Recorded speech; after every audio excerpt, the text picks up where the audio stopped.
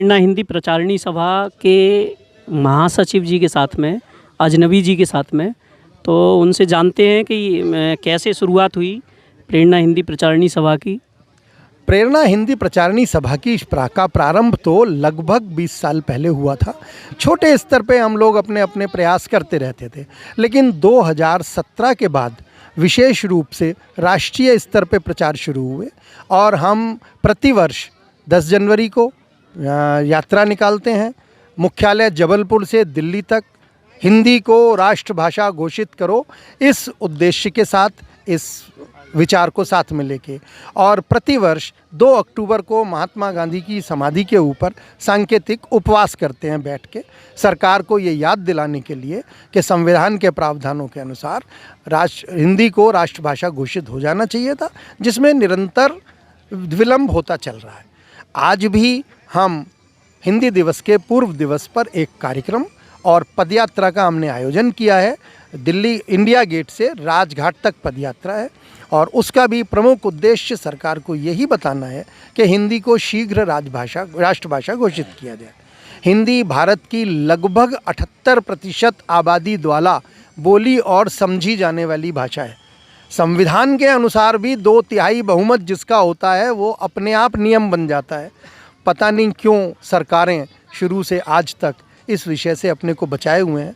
पुनः आपके माध्यम से यही प्रार्थना, यही निवेदन और यही मन में विचार कि जब तक ऐसा नहीं होगा हम इस कार्य को करते रहेंगे जब तक हमारी जान है। जी, बहुत सुंदर विचार। और आज हमने जैसे कि देखा कि आज जब पद यात्रा निकल रही थी तो उस पद यात्रा में बहुत दूर दराज से भी जो है प्रदेशों से जो है लोग थे, जिनमें तेलंगाना से थे कुछ लोग महाराष्ट्र से थे और विभिन्न प्रांतों से थे। तो यहाँ तक पहुँचने में जो निश्चित तौर पे कहीं हम सफल होते हैं तो वहाँ तक पहुँचने में हमें जो है बहुत कष्ट भी झेलने पड़ते हैं। तो आज यहाँ इस पद यात्रा के बाद आप कैसा महसूस कर रहे हैं? इस पदयात्रा में आपने देखा होगा देश के हिंदी भाषी राज्यों के तो बहुत से सदस्य उपस्थित हैं, लेकिन विशेष रूप से कर्नाटक, तेलंगाना, महाराष्ट्र और केरल से आए हुए प्रतिनिधि भी उपस्थित हैं, जो इस बात का प्रमाण है कि हिंदी के प्रति समर्पण राष्ट्र के विभिन्न उन राज्यों में भी जिनमें कभी भूतकाल में राजनीतिक कारणों से विरोध होता था, वास्तविक विरोध नहीं था, सामान्य जन में राजनीतिक विरोध होता था, वहाँ भी हमारी स्वीकार्यता, हिंदी की स्वीकार्यता बढ़ रही है और उनकी उपस्थिति इस बात का प्रमाण है। अब हमारे बीच में हैं हरेंद्र हर्ष जी, वरिष्ठ साहित्यकार, जो कि प्रेरणा हिंदी प्रचारिणी सभा के पदाधिकारी भी हैं। तो हम आपसे जानना चाहते हैं कि जिस तरह से आज ये पदयात्रा और सभा हो रही है, तो हिंदी को राष्ट्रीय भाषा का दर्जा मिलने को लेकर आप कब तक आशान्वित हैं और आगे क्या गतिविधियां रहेंगी, उनसे अब इसमें चूंकि समय का तो कोई निश्चितता है ही नहीं, कोई समय निश्चित नहीं है, कोई वो निश्चित नहीं है कि महीना भी लग सकता है, 15 दिन भी लग सकते हैं, साल भी लग सकते हैं, 2 साल भी लग सकते हैं। तो चूंकि ये एक मुहिम है और जब तक इसे अंजाम तक नहीं पहुंचाया जाएगा तब तक ये मुहिम यूं ही चलती रहेगी। और ये जितने भी इससे सदस्य जुड़े हुए हैं, यानी जो मेंबर्स हैं, उनको यही मतलब विचार करके उनसे ठोस आश्वासन लेकर कहा गया है कि भाई हमारा ये जो दौर है ये कि कोई निश्चित सीमा अवधि नहीं है, कोई समयावधि नहीं है, ये लंबा भी चल सकता है। और चूंकि इस पर जो है सरकार का भी कोई निर्णय ही नहीं आ रहा है, लिहाजा हमें अपने को कमर कस कर रखना है और जब तक इसे अंजाम तक नहीं पहुंचाते हैं तब तक हम जो है संघर्ष करते रहेंगे हिंदी को मातृभाषा बनाने के लिए। चूंकि जब हमारे हिंदुस्तान में जो हमारा देश है, जिसे अभी वर्तमान में G20 में भारत घोषित कर दिया गया है, यानी इंग्लिश में इंडिया था, तो ये हमें ये लगता है कि इंडिया अंग्रेजों गुलामी का प्रतीक था एक हमारे लिए। जो शब्द था। अब ये जो भारत इसे किया गया है, तो हमें ये लगता है कहीं कहीं कि ये वास्तव में हमारी जो मातृभाषा है उसकी तरफ एक कदम है भारत, क्योंकि ये हमारे पुराणों में हमारे जो भरत हुए हैं उनके नाम पर हमारा जो वास्तविक नाम है ये देश का वो भारत है, और वही कायदे में होना चाहिए। तो ये वास्तव में प्रसन्नता की बात है, हमारे लिए खुशी की बात है कि कहीं ना कहीं जो हमारा जो ये मुहिम है, जो हमारा जो आंदोलन है, ये एक कदम आगे बढ़ा है और इसने भारत के रूप में हमारे देश का एक नया नामकरण किया गया है। बहुत सही बात, बहुत सही बात। और जिस तरह से अभी इंडिया और भारत की मुहिम चल रही है, तो उसको देखते हुए अभी हमारे साथ और भी जो है कुछ साहित्यकार यहाँ जुड़े हुए हैं, तो हम जानते हैं इसी बीच में हमारे बीच हैं गोंदिया महाराष्ट्र से, और वो अपना परिचय स्वयं देंगे और बताएंगे कि इस मुहिम में वो यहाँ आए हैं और उन्हें कैसा लग रहा है। मैं निखिलेश यादव गोंदिया महाराष्ट्र से यहाँ आया हूँ। एक बहुत ही अच्छा आयोजन और या कहे पहल प्रेरणा हिंदी प्रचारणी सभा के माध्यम से यहाँ लिया जा रहा है। हालांकि हिंदी राष्ट्रभाषा तो काफ़ी पहले बन जाना चाहिए था, बहुत लंबा समय बीत चुका है और हम लोग अभी तक आज तक इस प्रयास में लगे हुए हैं। ये दुख का विषय है, हमें आज़ादी को 70 साल के ऊपर काफ़ी समय बीत चुका है, तो अब तक तो हिंदी राष्ट्रभाषा बन जानी चाहिए थी। लेकिन इतना समय बीत जाने के बाद हमें यह संघर्ष करना पड़ता है, और जो भी संघर्ष हमें करना पड़े हम उसके लिए हमेशा सदैव तत्पर है, कटिबद्ध है। मैं गोंदिया से आया हूँ, लगभग काफ़ी लंबा रास्ता है, 18-20 घंटे का रास्ता है। वहाँ से केवल एक पदयात्रा के लिए हम लोग शामिल होने के लिए मैं और मेरे आदरणीय बड़े भाई सुरेश बंजारा जी यहाँ आए हैं। तो हम लोग का भी कहना ये है और मांग है, मंशा है कि हिंदी राष्ट्रभाषा बन जानी चाहिए, चाहे कितना भी देर क्यों ना हो। मैं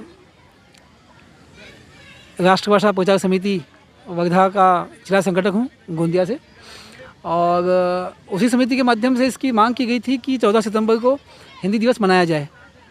तो हम सभी हिंदी दिवस मनाते हैं और इसे काफ़ी बड़े पैमाने पे मनाया जाए। लोग कहते हैं कि जो पिछड़ा होता है, जो थोड़ा सा पीछे होता है, उसी को हम बढ़ाने के लिए दिवस मनाते हैं, है ना। तो कहीं भी आप ये भावना तो नहीं होनी चाहिए कि हिंदी पीछे है, हिंदी बहुत आगे है। हिंदी हमारे देश में सबसे ज़्यादा बोली जाने वाली भाषा है। हम हिंदी दिवस मनाते हैं, साथ ही 10 जनवरी को हम लोग विश्व हिंदी दिवस भी मनाते हैं। तो ये बड़े गर्व का विषय है, बड़े हमारे लिए मान सम्मान का विषय है, अभिमान का विषय है। तो हम सभी को हिंदी में अपना मान सम्मान और स्वाभिमान जिंदा रखना चाहिए। बहुत बहुत धन्यवाद। तो अभी हमने जाना आदरणीय निखिल जी से हिंदी दिवस, हिंदी को लेकर के जो आज प्रोग्राम है उसके बारे में, और वो क्या महसूस करते हैं। और इसी बीच में हमारे बीच में हैं बंजारा जी, आपसे भी जो है जानकारी लेते हैं कि वो कहाँ से आए हैं और कब से साहित्य में हैं, और अब हिंदी को लेकर के जो आपके प्रयास हैं, जो इतनी दूर से आप चल कर के आए हैं, तो अब यहाँ आकर के कैसा महसूस हो रहा है। धन्यवाद भाई। मैं सुरेश बंजारा नागपुर से हूँ। हाँ जी हाँ, और मैं श्री त्रिपाठी जी के अनुरोध पर यहाँ आया हूँ। वे मुझे जानते हैं और उन्होंने मुझसे निवेदन किया था कि आप आइए, मैं मंचों पर या अपने सांस्कृतिक कार्यक्रमों के माध्यम से हिंदी का प्रचार प्रसार करने की कोशिश करता हूँ।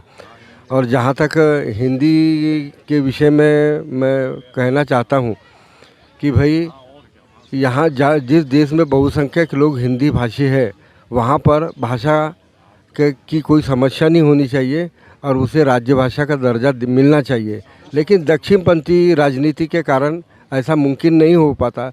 लेकिन हमारे प्रयास जो है वो हमारे दृष्टिकोण से हिंदी बहुत विनम्र और प्रेम की भाषा है, मधुर भाषा है और स्नेहल भाषा है।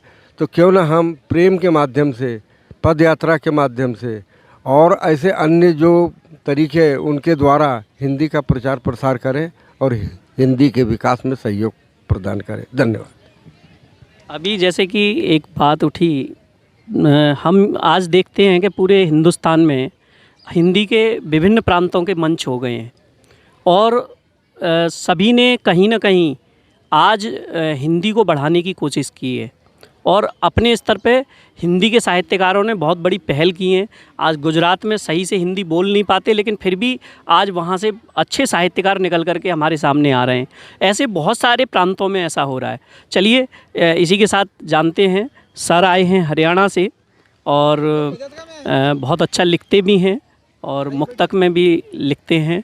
तो मैं जानना चाहूँगा कि हिंदी को लेकर के आप जो प्रयास कर रहे हैं, तो यहाँ तक आप जो आए तो आज कैसा लग रहा है? आज मुझे काफ़ी अच्छा लग रहा है और मैं थोड़ा सा अलग सी बात करूँगा, क्योंकि हम सभी जो वक्ताओं को मैंने सुना उनसे मेरा थोड़ा विचार अलहदा है। और मेरा विचार ये है कि हिंदी राष्ट्रभाषा तो है ही। राष्ट्रभाषा की परिभाषा क्या होती है कि जो भाषा बहुत बड़ी भौगोलिक सीमा को कवर करे बोलने वालों में। यदि हम बात करें तो भारत में 20 करोड़ से ज़्यादा लोगों की प्रथम भाषा है, 30 करोड़ से ज़्यादा लोगों की द्वितीय भाषा है, 20 करोड़ के आसपास ऐसे लोग हैं जिनकी प्रथम भाषा भी नहीं है, द्वितीय भी नहीं, लेकिन समझते हैं। तो भारत में 77% आंकड़ा है हिंदी बोलने वालों का। तो बताओ, इसको राष्ट्रभाषा है ही ये। अब अगर हम इसको संवैधानिक दर्जे की बात करते हैं तो आप खुद ही सोचिए, संविधान की 8वीं अनुसूची में 22 भाषाओं को मान्यता दे रखी है और वो सभी राष्ट्रभाषाएं हैं। अगर हम हिंदी की वकालत करेंगे तो 21 झंडे और खड़े हो जाएंगे और ये एक सांप्रदायिक विवाद में कन्वर्ट हो जाएगा। हमें इसको राष्ट्रभाषा की वकालत करने की आवश्यकता है ही नहीं। राष्ट्रभाषा है। आपको पता है दुनिया के करीबन 176 विश्वविद्यालयों में हिंदी पढ़ाई जा रही है। अकेले 45 यूनिवर्सिटीज़ हैं अमेरिका की जिसमें हिंदी पढ़ाई जा रही है। जॉर्ज बुश मंत्रिमंडल ने $118 बिलियन हिंदी के लिए अलॉट किए थे। अभी हमारे प्रधानमंत्री जी गए थे अमेरिका, तो वहाँ के लोगों ने जो है करीबन 100 स्कूलों में हिंदी शुरू करने का प्रस्ताव कैबिनेट के पास भेजा है। तो हिंदी कितनी अच्छी स्थिति में है। तो अभी हमारे बीच में है एक और साहित्यकार, जानते हैं वो कहाँ से आए हैं और आज उन्हें यहाँ आकर कैसा लग रहा है? हम MP से आए हैं। नाम रामेश्वर पाटीदार, ज़िला मंदसौर, गांव गुराडिया लालमुआ, और हम 4 लोग साथ में आए हैं MP से। और हमारा उद्देश्य ये कि हिंदी को राष्ट्रभाषा का दर्जा मिलना चाहिए। हिंदी में हमने मतलब जो है एक पुस्तक भी लिखी है मैंने, आओ अपना सुखी दाम्पत्य जीवन कैसे बनाएं, संबंध विच्छेद के 6 कारण उसका समाधान कैसे करें। और हिंदी में मैंने कहीं 40 भी लिखी हैं, कम से कम 13-40 की रचना भी करी है। जो 40 नहीं होता है वो 40 भी मैंने बनाया है। अभी यहाँ आकर के आज के प्रोग्राम में आके कैसा लगा?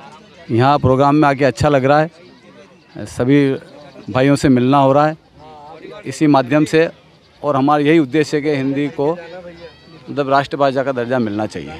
जी, आप कहाँ से आए हैं? मैं राम गोपाल फरकिया, खड़ावदा, तहसील गरोड़, ज़िला मंदसौर, मध्य प्रदेश। हम यहाँ पर आज जो एकत्रित हुए हैं इंडिया गेट से राजघाट तक के लिए, तो हिंदी को राष्ट्रभाषा का दर्जा मिलना चाहिए। हम सब भाषाओं का सम्मान करते हैं, परंतु ये हिंदी मातृभाषा है, ये बहुत सरल भाषा है, इसलिए इसको भी राष्ट्रभाषा का दर्जा मिलना चाहिए। कि करोड़ों के मुंह से निकले हिंदी हिंदुस्तान की, अरे हिंदी है यह मातृभाषा भारत देश महान की, भारत देश महान की। तो हिंदी को राष्ट्रभाषा का दर्जा मिलना चाहिए। हमारी सबकी अभी हमारे साथ में एक युवा रचनाकार भी हैं, तो उनसे जानते हैं वो कहाँ से आए हैं और उनका नाम क्या है और आज यहाँ आकर के कैसा लग रहा है। नमस्कार, मेरा नाम भूलेराम पाटीदार है और मैं मंदसौर MP से आया हूँ। यहाँ आके मुझे एक ऐसा सुखद महसूस हो रहा है कि हम राजधानी में उस इंडिया गेट पर बैठे हुए हैं जहाँ से हमने क्रांतिकारी की कई लड़ाइयाँ लड़ी है और कई लड़ाइयों की शुरुआत यहाँ से हुई है। जैसा कि आप जानते हैं कि आज हिंदी दिवस है और हिंदी के लिए आज देश के लिए गौरवान्वित करने वाला दिन है। जैसा कि हमारे सहयोगी ने बताया कि हिंदी हमारी दूसरी माता है, हिंदी हमारी दूसरी मदर है, सेकंड मदर है। जो हिंदी है वो दूसरी भाषा से अलग कैसे है? जैसे दूसरी भाषाओं में आप देखें तो जंग और प्यार में सब कुछ जायज़ है, इसमें एक भी शब्द हिंदी का नहीं है। जैसे हिंदी का शब्द होता तो प्रेम होता। हिंदी भाषा कभी भी हमें लड़ना नहीं सिखाती है। जंग और प्यार में सब कुछ जायज़ है, मतलब क्या सिखा रहे हो आप देश को कि जंग में सब कुछ जायज़ है। तो हिंदी हमें कभी लड़ना नहीं सिखाती है।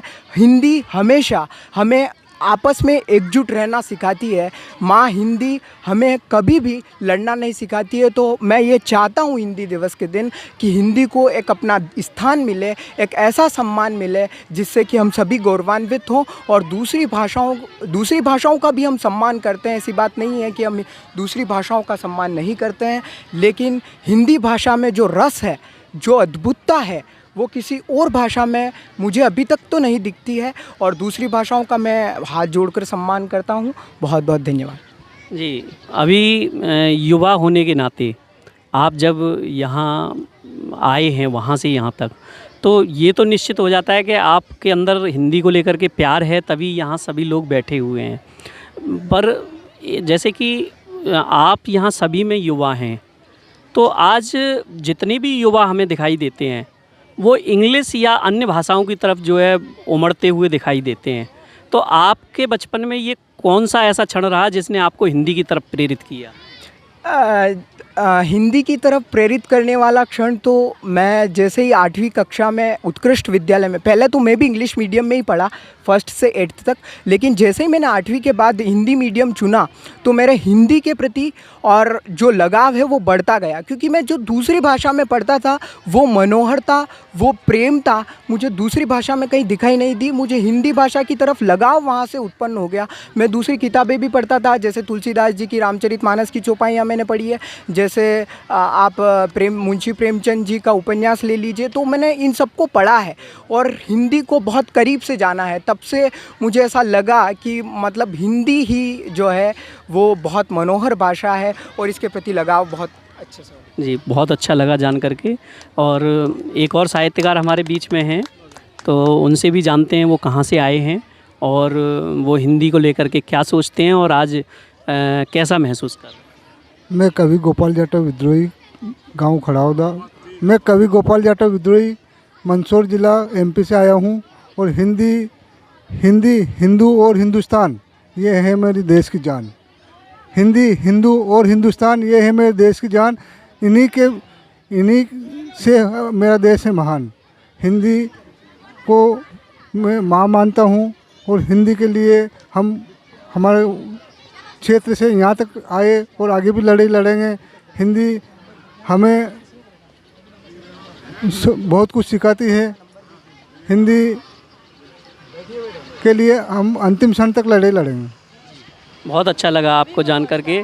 और अभी तक जो है हमने जितने भी जो है बात की वो सभी जो है पुरुष साहित्यकारों से बात की।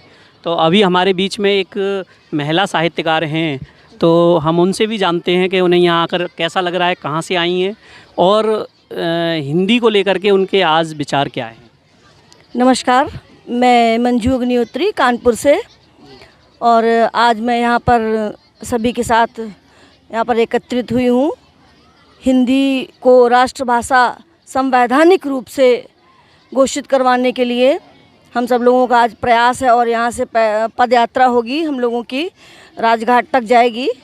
और आज सरकार के सामने हम सभी लोग ये ज्ञापन रखेंगे कि हम लोग कैसे इसको संवैधानिक रूप से राष्ट्रभाषा के पद पर, वैसे तो हम सब लोग जानते हैं कि हिंदी हमारी मातृभाषा भी है और राष्ट्रभाषा भी है, लेकिन जब हमारे यहाँ संविधान बना था तो संविधान में इसको राजभाषा घोषित कर दिया गया था। ये कार्यालयों की आधिकारिक भाषा घोषित हो चुकी थी, लेकिन कुछ राजनीतिक कारणों की वजह से, खींचातान की वजह से कुछ लोग चाहते थे कि अंग्रेजी को राष्ट्रभाषा बनाया जाए और कुछ लोग, मुट्ठी भर लोग चाहते थे कि अंग्रेजी को राष्ट्रभाषा बनाया जाए। लेकिन हमारे देश के अधिकांश लोग चाहते थे कि हिंदी ही राष्ट्रभाषा बने और जिसमें ये गुण होगा वही वो बनेगी। आज भी वो सभी के मानस में रहती है और इतना विकसित हो रही है कि देश में नहीं विश्व में वो अपनी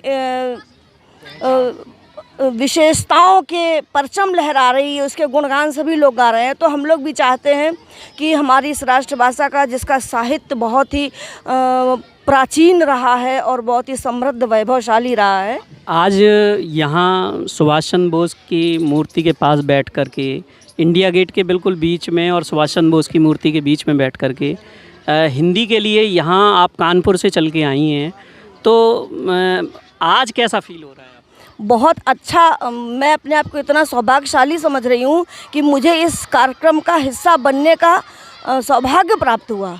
और ये हमारे ये वंदनीय है सुभाष चंद्र बोस जी, जिनकी तो हम लोग तारीफ़ में कुछ कह ही नहीं सकते हैं, शब्द ही नहीं है हमारे पास है। इन्होंने जो त्याग बलिदान किया है हिंदी को बढ़ाने में, देश को बढ़ाने में, हिंदुस्तान को के लिए जो भी किया इन अमर बलिदानियों ने, उनके लिए मेरे पास शब्द नहीं है कहने के लिए। बहुत सुंदर, बहुत बढ़िया जानकारी। और शुभ नाम और कहाँ से हैं, और प्रेरणा हिंदी प्रचारणी सभा में कब से जुड़े हुए हैं और आज कैसा लगा? मेरा नाम डॉक्टर गुंडाल विजय कुमार, मैं तेलंगाना हैदराबाद से आया हूँ। मैं प्रेरणा हिंदी प्रचार सभा में कम से कम 1 साल हो गया सलाहकार मंडली में उपस्थिति हूँ। आज का कार्यक्रम हिंदी राष्ट्रभाषा बनाने का है। हमारा भारत का कोई भाषा नहीं है, हिंदी तो सभी प्रांत में बोली भाषा है, पूरा दुनिया में तीसरी स्थान पर है हिंदी बोली भाषा। इसके लिए हिंदी को राष्ट्रभाषा बनाने अत्यंत ज़रूरी है। जल्द से जल्द हिंदी को राष्ट्रभाषा बनाना है। जी, बहुत सही, बहुत अच्छी बात, बहुत बहुत आभार। आपका शुभ नाम, कहाँ से आए हैं और आज यहाँ आकर के कैसा लग रहा है? बहुत बहुत धन्यवाद हमें अवसर देने के लिए। हमारा नाम कार्तिकेय भास्कर है। मैं प्रयागराज उत्तर प्रदेश का मूलतः रहने वाला हूँ, लेकिन वर्तमान में भरतपुर में रहता हूँ, एक विद्यालय में कार्यरत हूँ। यहाँ आकर के हिंदी दिवस पे जो ये कार्यक्रम रखा गया है उसके लिए हम बहुत मतलब कि शुभकामना अर्पित करते हैं और बहुत धन्यवाद देते हैं। साथ ही साथ हम जन्म लेते हुए जो पहला भाषा बोले थे, हिंदी भाषा बोले थे, हम चाहते हैं उस भाषा का जो होता है अस्मिता बची रहे, वह राष्ट्रभाषा के रूप में घोषित हो। बहुत बहुत धन्यवाद सर आपका हमें अवसर देने के लिए। कि मेरा शुभ नाम हुआ डॉक्टर अन्नपूर्णा श्रीवास्तव, साहित्यकार हूँ। इसमें भी हिंदी प्रचारणी सभा में भी, प्रेरणा प्रचारणी सभा में भी मैं हूँ, इसमें भी सलाहकार हूँ और कई संस्थाओं से भी जुड़ी हुई हूँ हिंदी संबंधी। मेरा ये कहना है कि आज़ाद हुए सन 47 में इंग्लिश की लाचारी है, अपने ही घर में अपमानित हिंदी भाषा बेचारी है। हिंदी हो अपनी राष्ट्रभाषा, आओ लें कसम, विश्व फलक पे हिंदी का लहराएगा परचम। हिंदी जिए, हिंदी पढ़ें, हिंदी लिखें, हिंदी जिएंगे हम, हिंदी का अलख जगे, पावन होगा चमन। क्योंकि हिंदी हमारी संस्कृति, हिंदी हमारी संस्कार है और हम इसको भूल रहे हैं, इसकी कद्र नहीं कर रहे हैं, जिसके कारण हमारा पतन हो रहा है और समाज में जितनी विकृतियाँ आ रही हैं इसका कारण ये है। तो बहुत अच्छा लगा।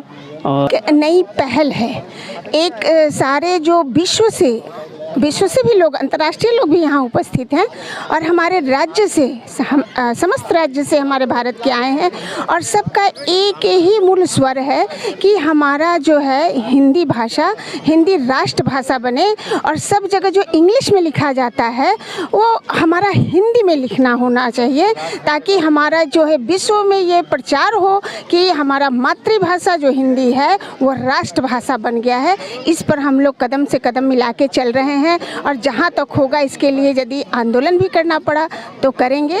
हिंदी को हिंदी राष्ट्रभाषा बना के ही दम लेंगे। जय हिंद, जय भारत। बहुत बहुत धन्यवाद। आई हैं तो सबसे पहले तो आपका शुभ नाम और कहाँ से आई हैं, और इस हिंदी प्रचारणी सभा, प्रेरणा हिंदी प्रचारणी सभा से आप कब से जुड़ी हुई हैं और आज कैसा लग रहा है? नमस्कार, मैं डॉक्टर उषा किरण श्रीवास्तव मुजफ्फरपुर बिहार से आई हूँ और ये हिंदी के लिए, क्योंकि हिंदी जो है भारत के हृदय की धड़कन है, हिंदी हृदय की धड़कन है और अभी तक उसको राष्ट्रभाषा का दर्जा नहीं मिल पाया। तो इन्होंने जो अभियान शुरू किया है वो अभी तो शुरुआत है, लेकिन हम लोग आगे तक हम साथ देंगे जब तक हमारी हिंदी को ये मान्यता नहीं मिल जाए, दर्जा नहीं मिल जाए राष्ट्रभाषा का, तब तक हम लोग साथ देंगे।